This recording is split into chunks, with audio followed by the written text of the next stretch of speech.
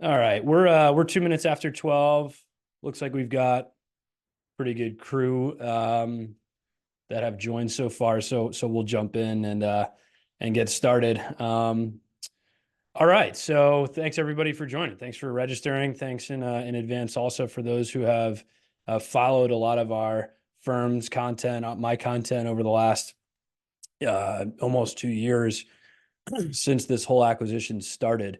We really appreciate all the support. We've gotten a ton of questions and a lot of good feedback from employees of VMware and also Broadcom at this point. So it's been great to just be a part of and have a lot of conversations to help people. So I'll kind of get started. My thought processes for today, we'll try to keep it between 30 and 45 minutes, more administrative items.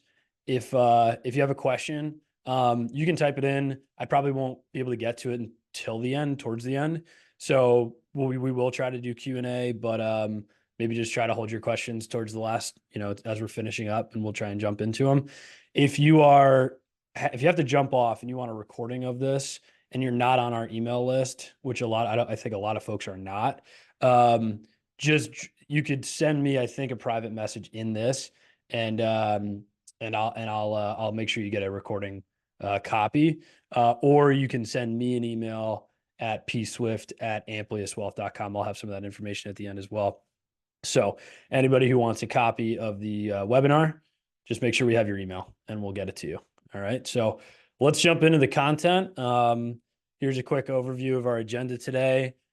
We'll cover a couple of the super hot topics that we're talking with clients about right now. Number one is sort of the share election payout, which occurred.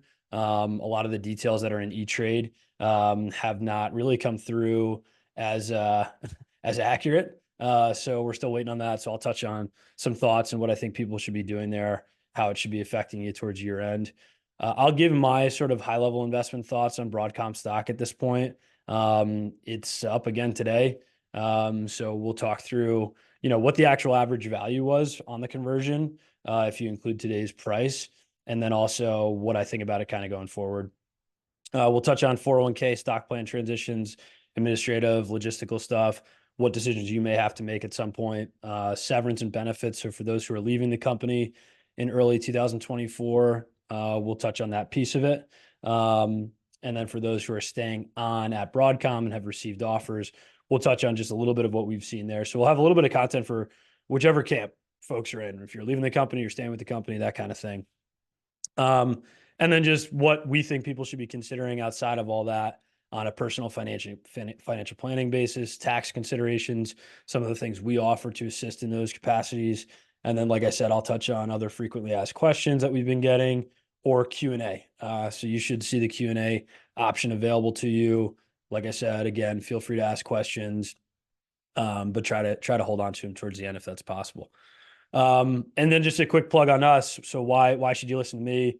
If you're not familiar with my content, I think a lot of the folks who are joining today at this point are either clients, number one, so they know who we are. Number two, they've seen a lot of the content we've put out on LinkedIn. So they're familiar with like my voice and some of the videos we've done. Generally speaking, so we're an independent wealth management firm. I'm a financial advisor. I'm a partner at the firm. We work with a ton of folks at VMware and have for years, along with people in the broader IT and software industry. That's allowed us to just provide a little bit more niche wealth management and planning comprehensive services that are more specific to them, provide some unbiased advice around their stock, the things that impact them more specifically. So we've had a lot of success there. We've also been, like I said, providing the content since the acquisition was announced in May of 2022. So this is almost probably not the last you'll hear from us, but it's almost like the bow on top of the whole thing at this point. So again, appreciate everybody for jumping on. Most importantly, I think this is obvious, but we're not affiliated with VMware. We're not affiliated with Broadcom, as you'll see, and I'll touch on as well. We're not affiliated with Fidelity Investments. We're not employees of the firm. We do work with Fidelity Investments as part of our for our existing clients, and I'll touch on that. And then again, most importantly, just a disclaimer, nothing we're talking about on the webinar today should be construed as personal legal advice, personal tax advice, personal investment advice. All those conversations you should have with the appropriate advisors. Hopefully you're considering us as one of those if you're not already a client. So, all right, let's jump into the meat and potatoes. So So first things first, I will touch on the share payouts and how that's affected everybody. So just as a zoom out, so general knowledge, everyone's kind of aware of this so far, but as long as you made an election on any VMware shares that you owned prior to the acquisition, you received a payout in E-Trade of a little over 52% of your shares were converted for Broadcom stock. So you own some AVGO stock at this point in E-Trade. And then you also got paid out for the other 48% as cash at $142.50 for those shares. Just again, brass tacks general knowledge. The shares that were converted to Broadcom was not a taxable event. So you will not owe taxes on that until you sell that, which I'll touch on as well. For anything that you received cash on, that is a taxable event. Now, the reason why this is such a hot button issue for us and our clients right now is we're trying to put together tax strategy for the end of the year, as we do for everybody at our firm. And E-Trade does not have any accurate details here yet. So what I mean by that is, and I've done this with quite a few folks who are on the call today, if you go into E-Trade, you'll see the Broadcom shares that you received show a cost basis, meaning an acquisition price of 0, which is wrong. It also shows some confusing information, but your date of acquisition as the acquisition date and not as of the date you bought shares in VMware as part of the ESPP, or your old vesting dates prior to the case. That is the correct information. So those dates and the cost basis at which you owned your VMware shares is what should be carrying over. So right now in E-Trade, all your Broadcom shares show as a full gain from $0, which is a bigger taxable event if you were to sell them than it really should be. Ditto on the flip side, the cash that was paid out, that also isn't reflecting accurately to my knowledge. And I checked with someone this morning through today. So that piece as well is showing that you sold shares at $142.50 with a cost basis of 0. So it's overstating your actual gains. So my rose-colored opinion on that, for what it's worth, is that's an E-Trade Morgan Stanley issue. That's really not really a Broadcom or a VMware thing. That's up to the custodian, in this case, E-Trade, to hopefully figure out. And my assumption is that they should and they will. So what we're doing is, for our clients, we've put together comprehensive tax projections to this point with their pay stubs and all the investment information we know for this year. And we're just waiting on that piece. And if I could, hopefully this works. If I share my screen, I'll just give everyone an idea of what the deliverables look like when we're doing tax planning analysis for clients and some of the things we're focusing on. So what I'm showing here is for a sample client, this is not a real person. The left-hand side is their 2022 tax return. The right-hand side is us providing a 2023 projection with some changes and assumptions to their information. Their wages have changed. Their investment income has changed. I threw in, for the purposes of being realistic to this situation, additional long-term capital gains that might have occurred and how that changes things. So those are the pieces that we're still waiting on. And that's how it would affect your actual personal tax return. The reports that we generate from this type of analysis allows us to also look at, okay, your total tax last year versus what it would be for this year could be a major difference. I over-exaggerated this on purpose to show the difference. But what you should have paid to the IRS through for 2023 based on last year's tax return. Could you owe an underpayment penalty based on a tax transaction that hasn't been recorded yet? Ditto any capital gains or losses and how that might affect you. For this one, I also, again, exaggerated, but if you were in a lower than the top federal bracket last year, and with some of these transactions, you've bumped up a bracket, well, guess what? Your capital gains tax bracket is also going to bump from 15 to 20%. So all things that we think, and most of our clients, I would agree, are really important. So we're trying to figure out how this is going to shake out in the wash. That's something that we're happy to provide consultation on for everyone through the end of the year. So this is something we're paying attention to, and I think everyone else is. So just how that forays into what you should be doing is, I wouldn't touch anything in E-Trade. I wouldn't sell any Broadcom stock, and I'm about to touch on my thoughts on Broadcom stock, but I wouldn't sell anything because you may have some adverse tax effects. You may have some situational complexities if you sell the shares before that's updated. And ditto, I wouldn't even transfer the cash anywhere yet. I would just let it sit there until some of this stuff gets updated. Which segues well. So we talk about Broadcom stock and provide some opinions on it. Right now, Broadcom has done really well. The chart that I have up on the screen is looking at the total return of Broadcom stock in the purple line since the acquisition was announced in May of 2022. And I'm seeing a couple of questions come in. I'm just seeing if we can touch on them later if it's super topical right now. I will cover those for those who answer it as soon as I can. So just give me a few minutes here. The Broadcom shares again. So I just mentioned 80%, and that does not include, this is through yesterday's closes or even higher a little bit today. 80% total return on Broadcom shares since May of 2022. If you compare that to large US stock indexes, again, through yesterday's close over the same time period, the S&P 500, which everyone is largely familiar with, is up about 21% over that period of time. And the NASDAQ 100, which covers a lot of technology stocks, is up about 38%. So Broadcom has well doubled both over the last 18 months or so. I mentioned here too, for those that pay a lot of attention to investment market news, there's been an obsession this year with what is called the Magnificent Seven companies: Apple, NVIDIA, Tesla, Google, Amazon, Meta, and Microsoft. Those 7 companies have led the market higher in the US this year. And if you threw Broadcom into that bunch, only NVIDIA has performed better than it over this period of time. So you could almost call it the Magnificent 8 if you were to include Broadcom. So my perspective on this is kind of as follows, right? So employees who converted their shares and got the cash, you essentially got a average value of $206 per share of VMware, which is a pretty good deal, at least on that piece of it. So in finance, at least in investments, there's a sort of mantra known as there's no such thing as a free lunch. My perspective prior to the close was at some point this enormous arbitrage that existed would close, certainly by the time employees had the ability to sell. Well, that hasn't happened. So you're getting a free lunch here for those who have Broadcom shares. They've appreciated a ton. They haven't come down. Some recent news this week has spiked them even higher. That's a huge consideration for your investment portfolio, the way you're thinking about things long term. At our firm, and we can certainly talk one-on-one about our investment philosophy, but what does Warren Buffett say? One of his most famous quotes, you want to buy low and sell high, right? And Broadcom is one of the best performing stocks over the last 18 months and certainly this year. And as a result of that, you don't go broke by taking profits. So that's something that we would be monitoring. We have some very principled approaches to stock and equity compensation behavior and how you should be thinking about that. The problem with selling today, so again, this is not investment advice.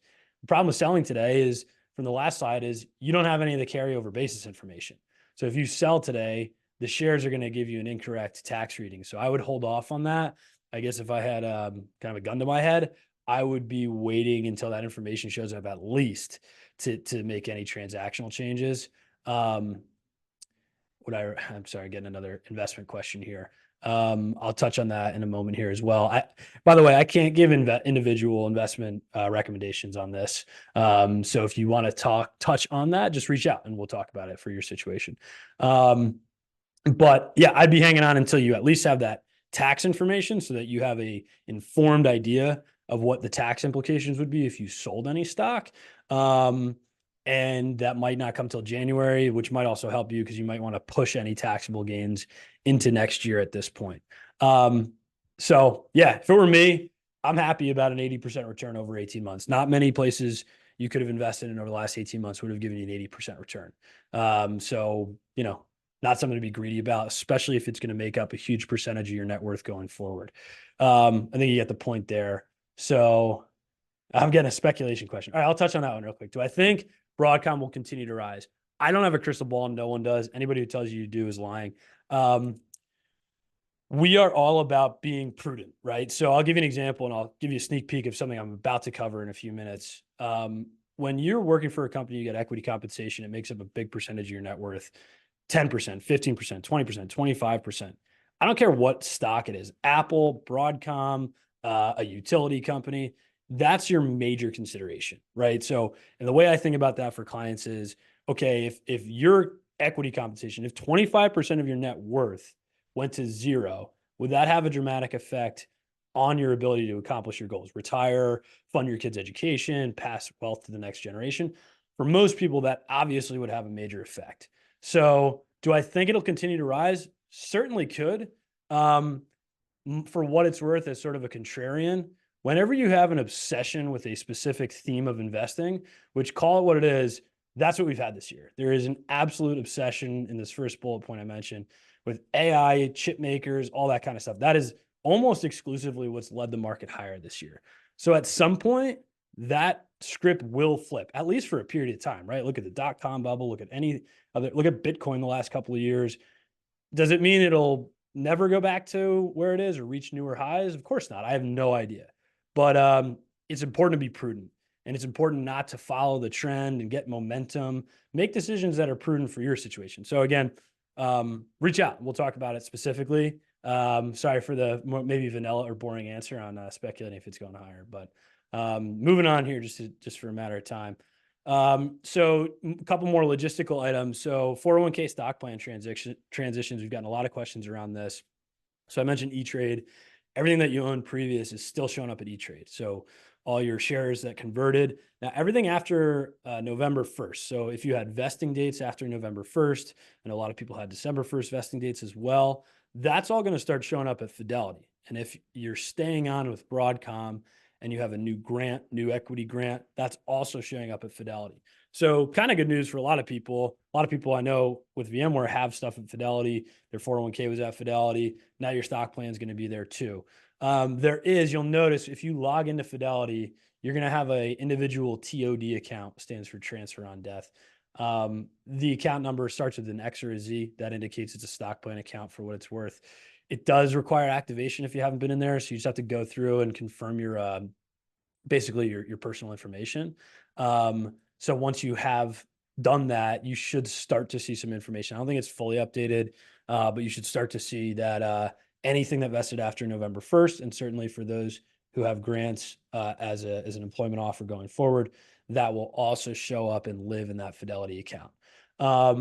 As for the 401k, whether you're staying on with the company or leaving, to my knowledge, is transitioning to Broadcom's 401k. Now, you may already know this. Broadcom's 401k is also through Fidelity Investments. So again, keeps it a little bit easier. You don't have to create a new login or anything like that. It should show up where you previously had your VMware 401k. One of the FAQs I was referencing with a client shows that on 12/15, so this week, this Friday, I guess, right? Or yeah, through the 22nd. So for the next week or so, you won't be able to make changes to the VMware 401k. It's going to be transitioning to the new plan. So most folks probably don't need to make major changes to their contributions and that kind of stuff for this year. But if you do, now's the time to do it before Friday, because that's going to be transitioning over. Now, I'll just touch on a couple other things. For those that are leaving the company, you're leaving the company on January 26th. They're in, for those in New Jersey, you're leaving February 26th, or whatever date is specific to you that you're leaving the company, not staying with Broadcom. You're gonna have a termination date, severance date, and then your 401k, like any other company, when you leave a company, regardless of your age or tenure, you have the ability to roll over that 401k. You can move it to an IRA. You could move it to a new 401k at a company you're going to be working at next. There are pros and cons of both. Those are exactly the kinds of consultations we can assist with to help you figure out what's best for you. What are your options? What should your investment strategy be? When can you access it? The other thing I'll touch on too, for anyone who's a client and anyone who's listened to videos in the past, I did a video on this earlier this year as well. The mega backdoor Roth strategy, after tax proceeds that are in your 401k, awesome strategy. I'll touch on it again a little bit later. To my knowledge, Broadcom does have that available in their new plan, so you should be able to continue that strategy if you're staying on with the company and you've taken advantage of it in the past. And it should not affect anything that you've done in your VMware 401k. So when you go to do a rollover or you go to make changes to it after the fact in January, you should still see, pre-tax, Roth, after-tax, however your 401k is accounted for won't change. It's just transitioning to the Broadcom plan. So more to come on there as well. Just doing a quick check on some of the questions that are coming in. Right. Fidelity tax info, correct. So I touched before on E-Trade's tax information being incorrect. Fidelity is hard. I haven't gone through it in a ton of detail with everyone yet. To my knowledge, what I do know is those who are staying on and have grants for because they're staying on with Broadcom, the grant values and the number of shares is showing up right. I don't know. Well, I'll say this: if you actually owned shares of VMware before the fact, I have seen for some people the information is showing correct. Like, let's say you bought shares at Fidelity, just independent of the stock plan.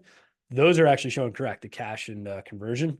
For anything that's stock plan related, I have seen some discrepancies. So more to come there. Let me keep pressing on though here. So, all right, let's talk a little bit about severance benefits, that kind of thing. So for those who are not staying on with Broadcom, are leaving the company early 2024, I'm sure you already know this information. This is more just a thought around financial planning, and how I would be thinking about it is, so severance will pay out right after your term date. You're going to stay on and get paid regular base pay through your termination date. Depending on your level of seniority and whether you're required to work during your notice period will determine if you're eligible for up to 2, 4, or 6 months of pay, all on a lump sum basis. It's either a base salary, or if you're a sales related position, it's based on your OTE, which is kind of nice.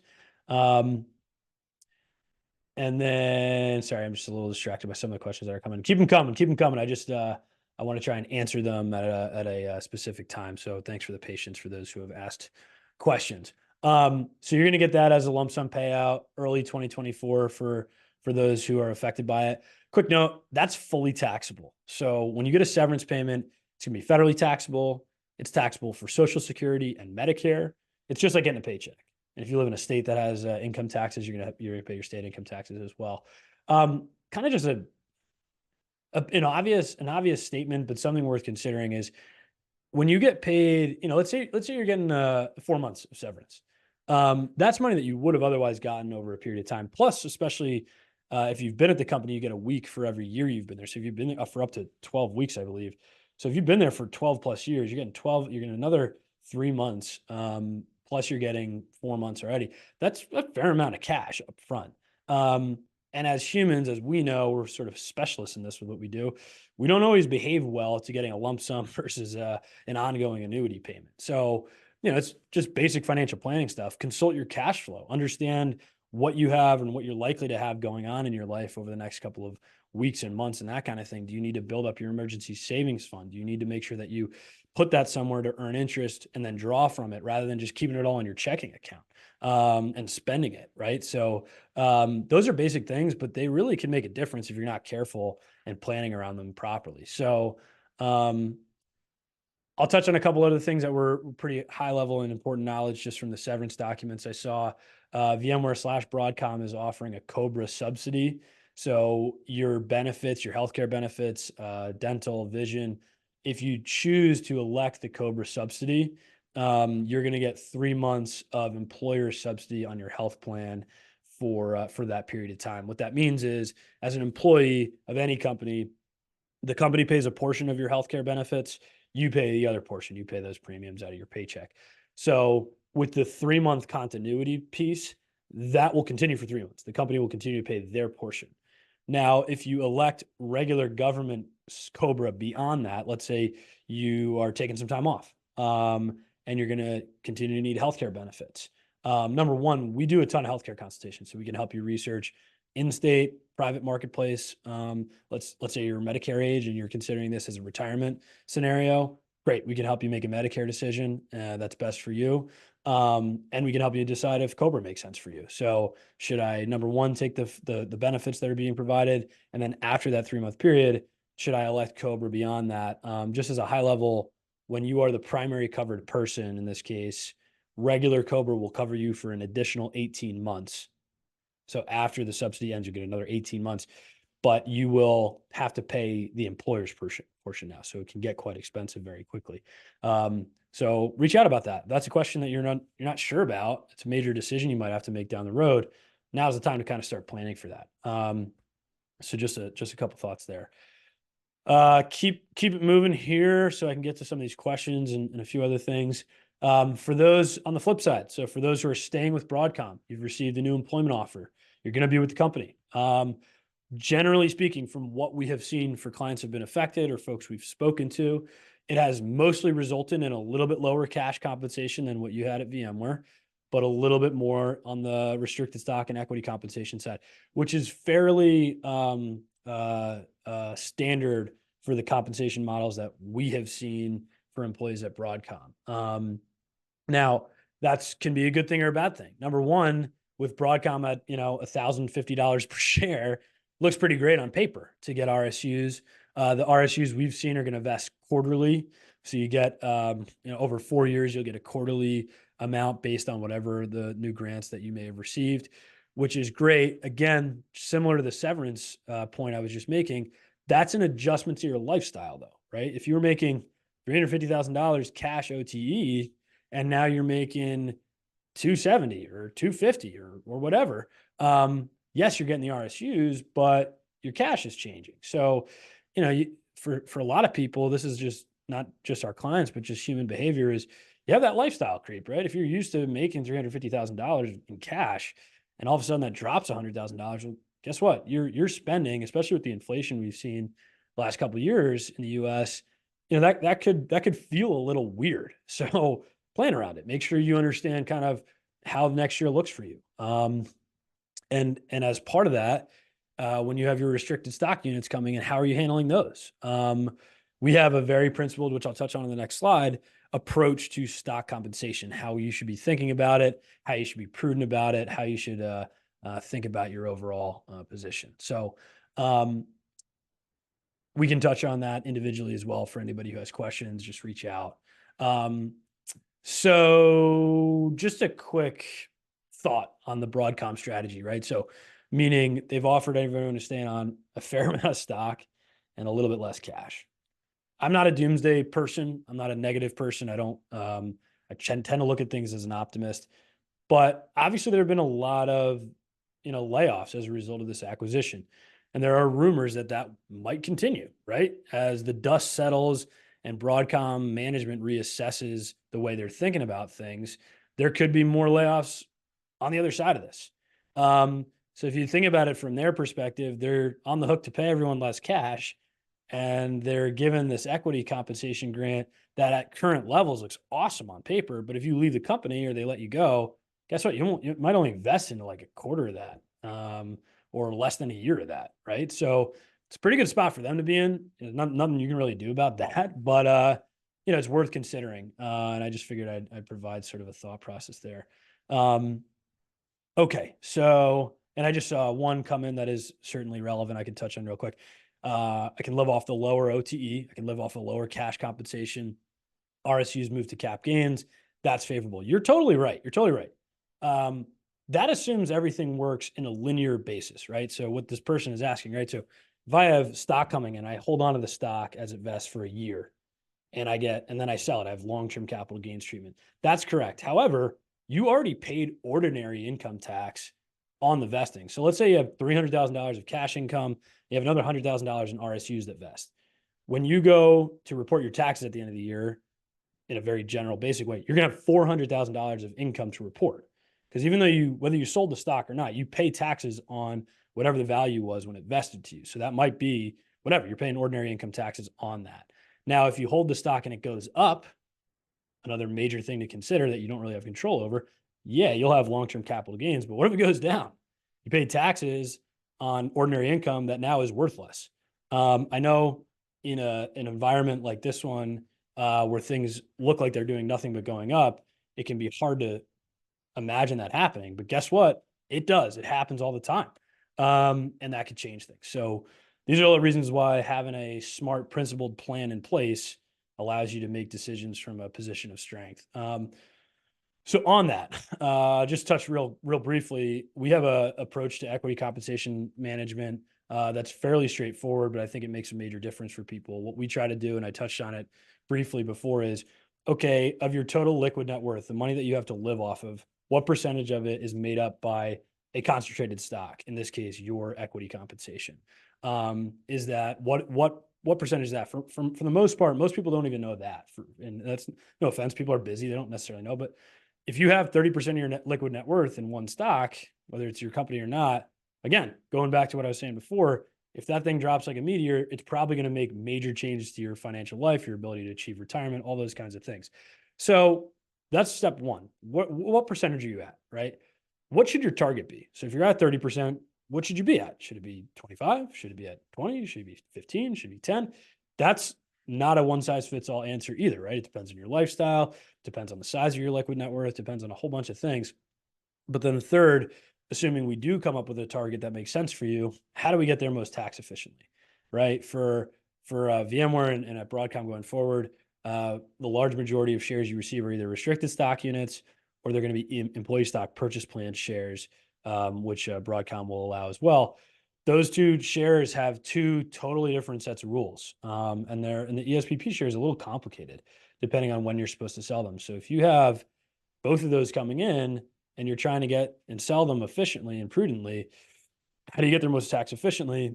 Again, that's something that we have a ton of experience with and try to help clients make informed decisions on. So, all right, moving on. I know I'm getting a few more questions coming in here. We're almost towards the end. Hopefully, a few of these might get answered as I'm finishing up here. If not, I'm going to start diving into them. So thanks everybody for hanging in and providing all the questions. So, all right. So what are my takeaways? So I've said them a few times, but if I were in anyone's position, whether you're staying on with the company or you're leaving, I think this applies to everybody. What's your tax situation looking like, right? Do you have an advisor or a tax professional who's putting together a projection for you? If the answer to that is no, why not reach out to us? We're literally offering it on a consultative basis, whether you're a client or not. We're doing it for our clients regardless. And if you are not a client and you're interested in learning more, I've had a few people reach out. They're like, look, I don't want to work with you guys, but I want a tax projection. Okay, great. We'll do it. And we'll come up with what makes sense for you. So I think that's really important, right? So a few year-end items too. Let's say we finally get information around the E-Trade tax information and it's going to be major capital gains, or let's say you want to sell Broadcom shares and that's going to be a major taxable gain. Going back to just your overall strategy, how could you mitigate that, right? We can look at your tax situation.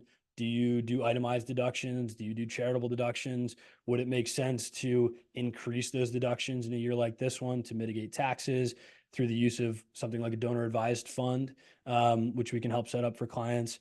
And I can touch more on that in specifics. That's a whole kind of separate topic, but that could help you mitigate some taxes. Ditto tax loss harvesting. If you're looking at all of your investments for the year, if you have things that are held at a loss, could be a good time to offset those, but also have a strategy in place for that, right? We do a lot of that for clients. I'll plug our clients for a second. For clients who have been with us for a few years now, when we had bad markets last year in 2022, what we did was we took a fair amount of losses. We tax loss harvested a fair amount of their investments that they're able to carry forward to this year's tax year. So now they're in a pretty strong position where, depending on how the tax effects shake out, or we decide we're going to sell a portion of Broadcom shares with higher taxable gains, some of these losses are going to offset them. So if you're not a client from last year, that might not apply to you, but it's a reason why you would want to work with a firm like ours, so that you're always planning for these kinds of things. The other things too is, right, so full cash flow analysis, lump sum benefits, new Broadcom offers, whatever the case. How does that affect your cash flow? How does it affect things over the next couple of months? If you're staying on, but there's a potential that you may leave the company in 6 months, whether from your own accord or because they're making more layoffs, how does that look for you, right? Do you need to increase your emergency savings fund?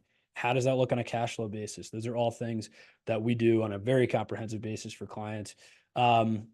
Same thing, benefits, COBRA, loss of coverage. We talked about that, understanding how that may affect you and what decisions you need to make. Investment strategy cohesion, so on the 401k specifically, but also Broadcom stock and how that could change someone's overall portfolio construction. What are you doing with 401k proceeds if you're leaving the company? Are you consolidating those somewhere? Does that have any sort of a cohesive strategy with the rest of your investment portfolio? Basic stuff, most of it gets missed by a lot of folks from what we see. All right, so how can we help? We can help with all this stuff, right? Basically, is the punchline, whether it's a tax projection and mitigation, understanding a principled approach to equity comp, comprehensive retirement and cash flow analysis, benefits optimization, healthcare consultation, your 401k, understanding your options, going through the mega backdoor Roth strategy. Again, for those who either have done it in the past or plan to do it, or they have no idea what I'm talking about, Broadcom offers it. How can you take advantage of it? I think it's one of the best things that you can do if you're a 401k participant. Brokerage link, Broadcom has in their 401k the ability to manage investments outside of just the menu.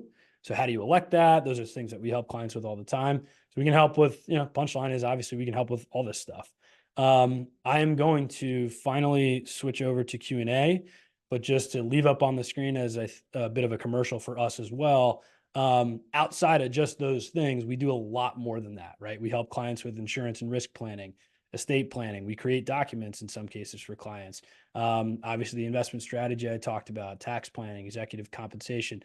If you're on an executive level, a more senior level, you have non-qualified deferred compensation. Making those decisions are important. Let's say you're have access to a 10b5-1 plan that allows you to sell stock outside of blackout windows. We can help you put that together and have a strategy for it. So there's a lot we can do. I'll leave that up there, like I said, as a commercial, just to go through some of these questions.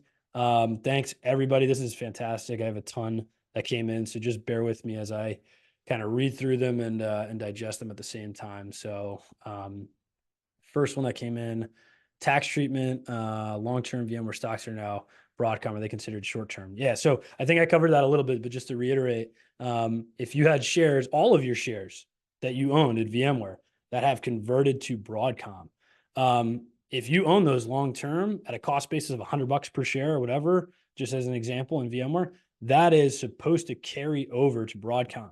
E-Trade has not reflected that yet. E-Trade has it wrong. And my perception, my hope really is E-Trade and Morgan Stanley should update that. It should come through. It should get updated. I would not sell anything before then, just so you have an informed piece of information around what the tax implications would that be. And then ditto, because I think someone asked this as well, the cash piece was taxable. That was a taxable transaction, and it is based on how you own the VMware shares previously, short-term, long-term, whatever.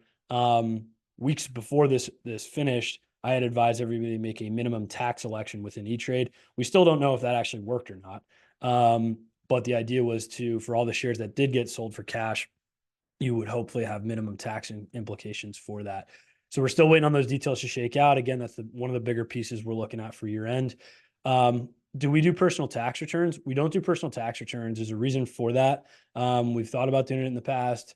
I mentioned in the beginning, we're a fiduciary firm. We only work on a fee basis, so we cannot take commissions.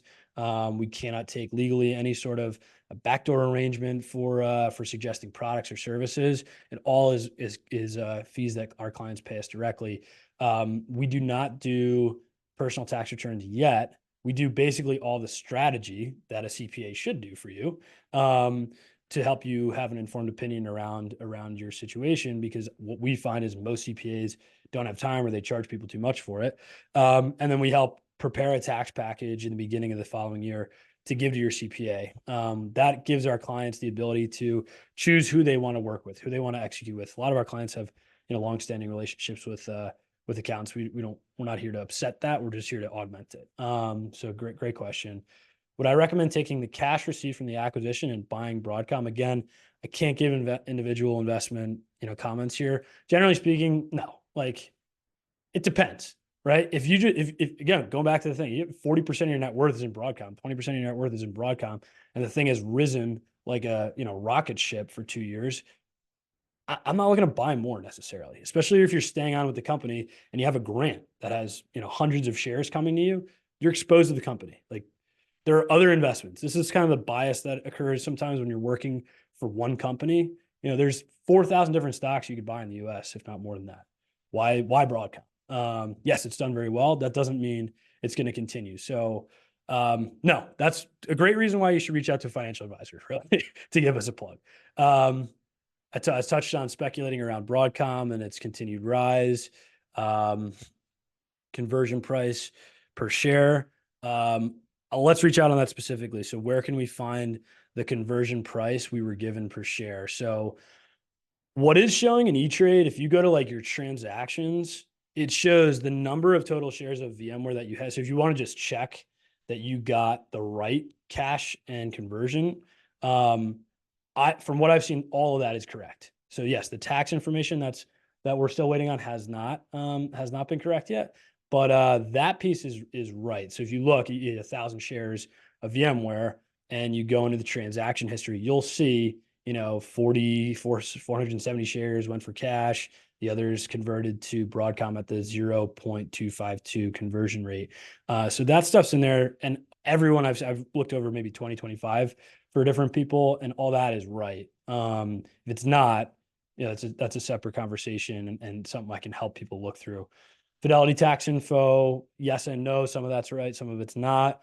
I touched on that. Vest dates for next year. So let me just read this one. I had a vest date February. Now that date is gone. Did it absorb into 12/15? Right. So good question. Right. So in Fidelity, your new grants or shares that you should have vested into from November 1st onwards should be showing up in Fidelity.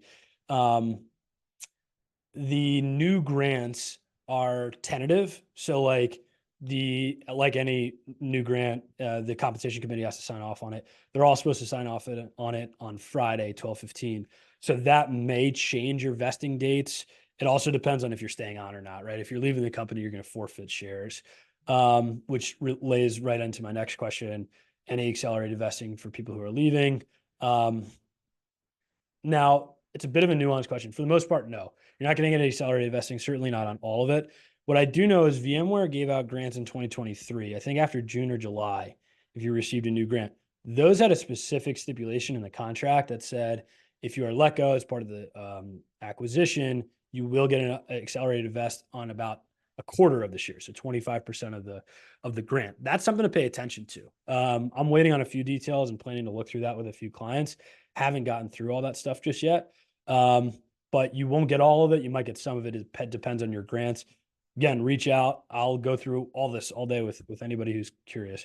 Unvested RSUs, forward vest, same question. Lump sum, 401k settings with lump sum. Yeah. So for lump sum severance, so if you're leaving the company and you have 401k contributions going in, from what I saw, and it's just worth checking again, like in, first week of January. From what I saw is your contributions, if you don't change them before this Friday, they're going to stay the same through the rest of the year. After this year, if you're leaving, you're not going to be automatically enrolled in Broadcom contributions. So you won't be auto-enrolled in paycheck deductions starting basically January 1st. But just go in and check, and we'll check on that stuff for clients as well. Again, I touched on the OTE versus RSU stuff. Consider accelerating deductions early in 2024. Can full company contribution maximize tax benefits? It's an excellent question. So question around, should people consider accelerating deductions early in 2024, meaning, before you leave, or if you're staying on, should you accelerate your deduction? Should you increase, jack up your 401k contribution, jack up your HSA contribution? Yes. I think it's a great question. And it's a great thing to do. If you're leaving the company and you want to, for tax purposes, get a full and savings contributions, you want to get a full deduction on a 401k contribution and the match from the company. You want to get an HSA contribution deduction, and you're leaving the company and you're not sure what you're doing yet. Maybe you're retiring. Maybe you're taking some time off. You're not sure if you're going to have more deductions that will help you later on in the year. Yeah, just sock them away in there. The only caveat there is, again, personal situation. Does that really have major effects on your cash flow later in the year? Do you have a withdrawal strategy in place to make up for any cash flow that you need? Where should you be taking that from? So basic stuff, but setting up your financial plan properly. Great question. I would do it. Yeah, if you have the ability to do it, do it. Yeah, take the HSA, max that out, max out the 401k.